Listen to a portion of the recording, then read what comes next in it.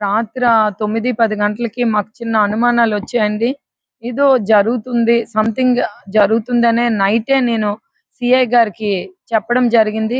Sir ఏదో నాకు అనుమానం ఉంది. ఇక్కడేదో జరుగుతుందనేది నేనేదో ప్రాబ్లమ్‌లో పడుతున్నాననేది సీఐ గారికి చెప్పడం జరిగింది. సీఐ గారు మేము చెక్ చేస్తామమ్మా, చూస్తామమ్మా అని చెప్పడం జరిగింది. నాకు తెలిసి ఆహ్, దివ్వల మాధురి అనే వ్యక్తి రాత్ర 2 ఈ ఇంట్లోకి ఎంటర్ అవ్వడం జరిగిందనేది నా అనుమానమండి. పోలీసులకు కూడా నేను చెప్పడం జరిగింది. దయచేసి ఇంటిని చెక్ చేయండి. ఆవిడ ఇంట్లో ఉందని కూడా నాకు అనుమానాలున్నాయని కూడా చెప్పడం జరిగింది. ఎందుకనంటే నిన్నటి వరకు మీడియాని అలౌ చేసిన ఆయన ఈ రోజు నుండి ఇంటిలోకి మీడియాని కూడా అలౌ చేయడం లేదు. అన్నీ కూడా రూమ్స్ అన్నీ కూడా పకడ్బందీగా ఆయన ఉంటున్న రూమ్స్ అన్నీ కూడా క్లోజ్ చేసేశారు. పోలీస్ వారికి నేను ఒకటే రిక్వెస్ట్ చేస్తున్నానండి. నేను నా పిల్లలు రోడ్డు మీద పడిపోయే పరిస్థితి ఉన్నది. ఎందుకంటే రేపు శ్రీను గారితో మా లైఫ్స్ అన్ని ముడిపడి ఉన్నాయి. ఆవిడ చాలా దారుణమైన వ్యక్తి. చాలా మంది లైఫ్స్‌తో ఆడుకునే వ్యక్తి. ఆవిడ కా బ మీడియాలో మీరందరూ గమనిస్తున్నారు. ఆవిడ అన్నీ వదిలేసి ఆవిడ బిహేవ్ చేస్తుంది. నేను ఈ సబ్జెక్ట్‌ని సై పక్కతో పట్టకన్నా మీడియా వాళ్ళకి నేను ఒక్కటే విజ్ఞప్తి చేస్తున్నానండి. ఎట్టి పరిస్థితుల్లో పోలీసులు వారు మా ఇల్లుని వాళ్ళ కస్టడీలోకి తీసుకొని ప్రతి ఒక్క రూమ్‌ని చెక్ చేస్తూ నాకు గాని, శ్రీను గారికి గాని, నా పిల్లలకి గాని ఫుల్‌గా సెక్యూరిటీ ఇవ్వాలనేది నేను కోరుకుంటున్నానండి. మూడో వ్యక్తి ఆ ఇంట్లో ఉండకూడదనేది దయచేసి మీ అందరికీ పోలీసుల వారికి నేను రిక్వెస్ట్ చేస్తున్నాను. ఎందుకంటే నా లైఫు, నా పిల్లల లైఫు, అందరి లైఫ్ కూడా రిస్క్‌లో ఉందండి. నేటికి 10 డేస్ అనేది మేము ఈ కార్ షెడ్‌లో ఉంటున్నాం. కేవలం మా ఇంట్లో ఎంటర్ అవ్వడానికే. దాన్ని టాపిక్ వేరుగా డైవర్ట్ చేస్తున్నారు. మేము ఆస్తులు అడుగుతున్నాం. అది మేము ఏ ఆస్తులు అడగడం లేదండి.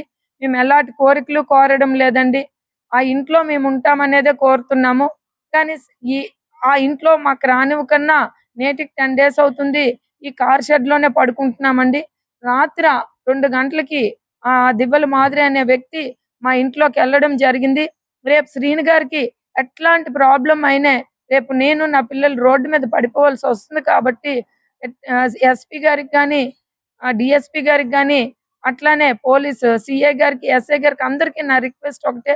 ఆ ఇల్లుని మాత్రం శ్రీను గారికి గాని, ఆ ఇంటికి గాని, మాకు గాని ఎట్టి పరిస్థితిలో ఎలాంటి హాని కూడా జరగకన్నా ప్రొటెక్ట్ చేయాలనేది నేను మీడియా ద్వారా కోరుకుంటున్నానండి.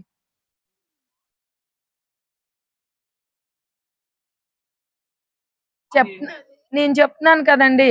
శ్రీను గారు పదే తప్పుడు సమాచారాన్ని ఆయన వీక్‌నెస్ ఒకటుందండి. ఆ వీక్‌నెస్ ఏంటి అనేది ఆహ్, నాకు అర్థం కావడం లేదు.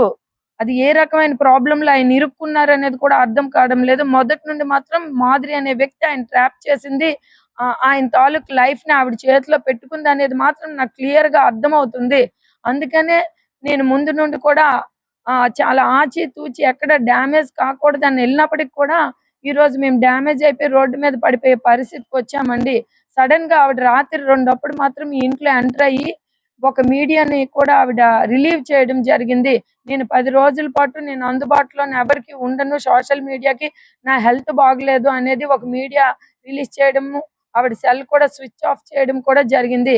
దయచేసి దీని మీద దర్యాప్తు చేసి ఆవిడ ఎక్కడుందో అనేది తెలుసుకొని ఒకవేళ ఇక్కడే ఉంటే ఇమ్మీడియేట్‌గా ఆవిడకి బయటికి పంపించే కార్యక్రమం చేయాలనేది కూడా నేను రిక్వెస్ట్ చేస్తున్నానండి. నేను లిఖితపూర్వకంగా ఎక్కడ ఫిర్యాదు చేయలేదండి. రేపు నేను లిఖితపూర్వక ఇన్ రిటర్న్ కూడా ఇస్తాననేది కూడా పోలీసుల వారికి కూడా చెప్పడం జరిగిందండి.